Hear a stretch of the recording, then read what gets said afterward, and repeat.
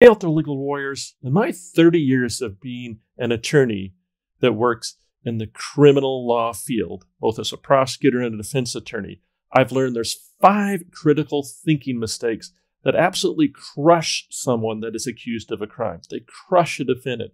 And it's really important that these mistakes be avoided because they're sort of delusional and they cause a lot of psychological pain to the defendant. It interferes with the relationship between defendant and defense attorney, and they just don't work. So if you're interested in this area of the law, stay tuned. This is the video for you.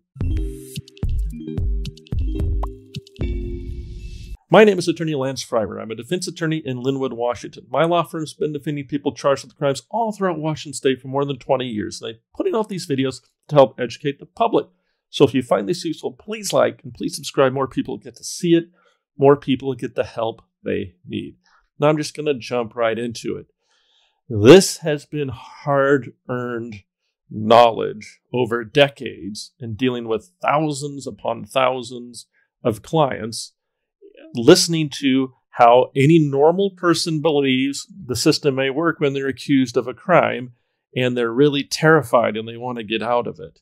And you know, the brain has defense mechanisms, and a lot of stuff, similar stuff will be said by clients to their attorneys that takes a lot of energy for the attorney to sort of correct and shut down. And if you have an attorney that's not willing to spend that energy, it can really destroy that attorney-client relationship if they don't have the patience to deal with it. Now, let's get into it. Number one, the biggest one that we often hear is, there is no evidence against me. How can they be prosecuting me? There is no evidence against me. The confusing thing is that a lot of people think there needs to be physical evidence before someone can be prosecuted for a crime. Well, in an assault case, there's no bruising, there's no blood, there's no evidence. It's just one person's word. People say it's hearsay. Hearsay is the most commonly misused term by anybody accused of a crime. We have to realize that in almost every case, the most powerful evidence the system has is one person's word is the evidence. If someone steals your wallet and they get away and there's no video, they stole your wallet, didn't they? And you think there's evidence that they stole your wallet, your say-so that your wallet was stolen. You're not a liar. So the most powerful evidence is someone's say-so that this happened. Sometimes there's additional evidence, right? In a DUI, there might be a breath test and things like that. But if there was no evidence against you, there would not be a charge to begin with. The evidence is someone's testimony. Someone's telling the police something happened. It may not be evidence that's true, but the system doesn't know it's true or not. That's why there's defenses. That's why there's defense attorneys. That's why there's trials. So please get over there's no evidence against me. It's frustrating to be in this situation, but there is evidence. The evidence is the complaining witness. That's the evidence. Hopefully it's not enough evidence, but it is evidence.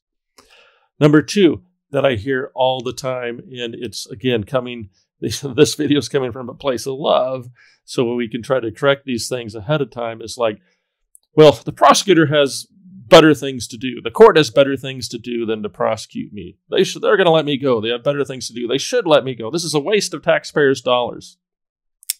Again, that's bargaining. That's inaccurate. The prosecutor's thing to do is to prosecute. That's why they're being paid. Actually, that's their only thing they do. It's the court's job to handle the cases that are filed. It's not a waste of the court's time. It's actually the only thing the court's time is meant for, is to deal with this. Now, if what you mean isn't that serious, they should let it go. Well, those are all judgment calls. Those are all value judgments. This is why criminal defense is difficult. They're all moral-based judgments about what's important and what's not. But railing against the wind about they have better things to do, that's not helpful. So please shut that line of thinking down. It's not going to help you. It's not going to help whatever attorney is trying to help you as well. Number three is probably more important even than the first two. The way I'm going to put it is sometimes the person accused thinks, The prosecutor is the arbiter of truth. That's not the words they say. That's how I'm putting it. What they really do is, can't the prosecutor see that I'm innocent? Can't they just read the report and see that this can't possibly be true? Can't they just look at this witness statement that we have, and they should know that that means I'm not guilty, and they should believe that, and they should let me go? That's just not how human beings work at a adversarial type pretrial stage, and that's mainly when these conversations come up. We have to realize that the prosecutor is not Solomon trying to decide what happened. We wish they were, and occasionally they do get to that position far enough along in the case. But no, they are an advocate. They're an adversary. They're taking the side of the police. They're not some neutral person making a decision. Even the judge, who is neutral, they're not making decisions about guilt or innocence unless there's a judge trial. And usually judges don't have trials where they decide. It's usually juries. And so when you are talking to your attorney going, the prosecutor should just look at this and let me go. As an ex-prosecutor, that's not how we look at cases, and that's not how prosecutors look at cases early on or in the middle of the case until it gets towards the trial, because there's just not enough room in the brain to do that. Right? They got 50 cases, and they're not going to look at, there's no reason for them to look at the little tiny fact pattern of your case until it gets to a time where they have to, which is at a trial or prepping for an actual trial. Right? They're looking at bigger, broader issues about how to resolve the case. They're looking at it from a macro level, not from a micro level. And occasionally your attorney can make time, you have a good relationship with the prosecutor, and you can present the information in a way that's easily digestible by the prosecutor. Occasionally you can get them to look at a micro level, but it's not their default role, not at that stage of the proceeding. I was trying to think of a good example when I was taking my morning walk about how I would explain this. And I don't know if this is a good one, but it's an example of everyday life. Have you ever gotten some piece of furniture or something that you need to assemble? Something you need to assemble. And the first thing you probably do, some people out there in the world, is they look at, hey, I can tell how this goes together. I don't want to read that little fine print if I don't need to. I don't want to go through every little detail if I don't have to, because I just want to get through what I need to get through without spending so much energy and mental focus and everything else. And so if it gets to the point you can't figure it out, then some people will go to the instructions step by step by step. I was just doing that today myself, right? Trying to install a new water cooler for the office. I was like, can I do this on my own, or do I need to follow instructions? And can I even get that? So think about that for the prosecutor. They read a police report. That's like the big picture. And they don't really have the energy or the time to negotiate every little detail, because their version, they're an advocate, is the police version. Your version is whatever you've told your attorney. Trials are for that. So please give your attorney a break when you're saying the prosecutor should just let me go. That's not how it works. Trust your attorney to try to know what they need to do and the skills they need to use at the negotiation stage to get the result, because quite frankly, you don't know. The fourth thing that I hear from clients, it's a thinking mistake, is that doing some type of affirmative classes is an admission of guilt.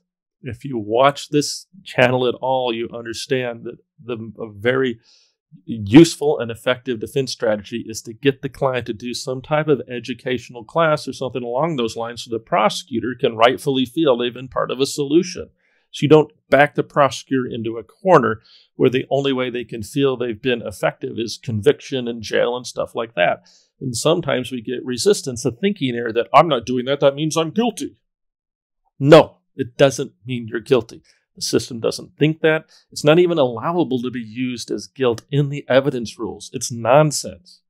And if you have an emotional block on doing this, then we need to think about, hey, it's not that you that needs the classes, it's the case that needs them. The goal is the case. Even if the case is dismissed, no one's going to apologize, no one's going to say you were right. Defending cases is surviving the government and protecting your future. It's not winning an emotional battle where you can be vindicated. And if that's the approach you take and that's what you're looking for in court, almost all the time you'll be sadly disappointed. So doing classes is not an admission of guilt. If you're going to do some classes, listen to your attorney, but avoid that thinking mistake and you'll avoid a lot of pain and you'll help your attorney help you. The fifth and final thinking mistake that is probably the most annoying mistake that us defense attorneys hear is, this case is easy. This case is easy. There is no easy case. If the case is easy, then it probably doesn't even get to a defense attorney. It doesn't get filed if it's that easy. It's why that's a thinking mistake that hurts you is, number one, it gives you a false expectation about the work necessary on your part to try to get a result. And number two, it really can upset your attorney because it sort of devalues their work. It's like, you can get this done. This is easy. I know better than you. That's not good, right? You want to protect that relationship. Your attorney is a professional, but the professional is still a human. Attorneys, just like everybody else, gets to choose how much energy and effort they put into each case, how much they're willing to stick their own neck out for risk, about vouching for someone and using human relationships and techniques to try to get that result for a client. And if your attorney doesn't like you, there's a chance they might not do everything that they can because there's only so much energy to go around. So remember, you're a team, and part of your job as the client is to make it as easy as possible on your attorney for them to get the result that you want, you deserve, and you need. So those are 5 critical thinking mistakes to avoid if you're charged with a crime. I'm sure I could come up with 5 or 10 more, but these are the ones that I think are both can create problems for the client and problems for the attorney-client relationship. And if there's a problem in the attorney-client relationship, that's also a problem for the client. So if you found this useful, please like and please subscribe. More people get to see it. More people get the help they need. And more importantly, if you got a criminal problem in Washington State, feel free to reach out to my firm.